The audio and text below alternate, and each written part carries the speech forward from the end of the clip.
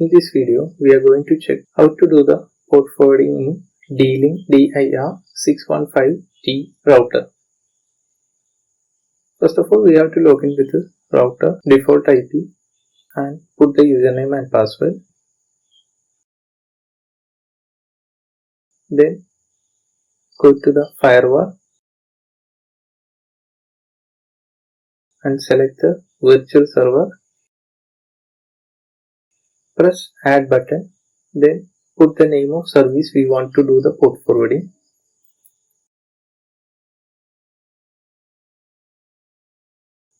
Then press the private IP, that means internal server IP which we want to do the port forwarding.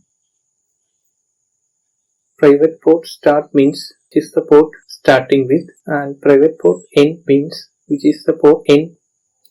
Private port start beginning of the internal port of the server, and if is there any end port, type the end port.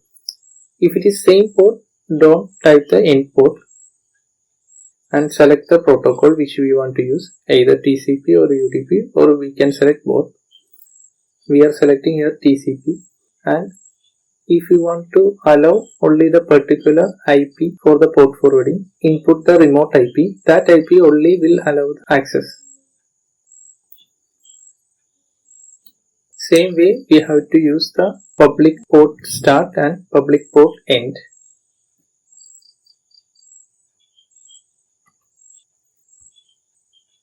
Then apply. Once after apply, it will start to work.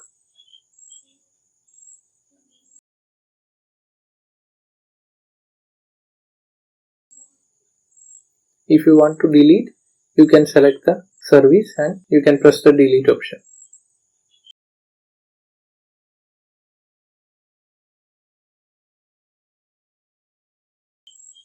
Thank you for watching this video.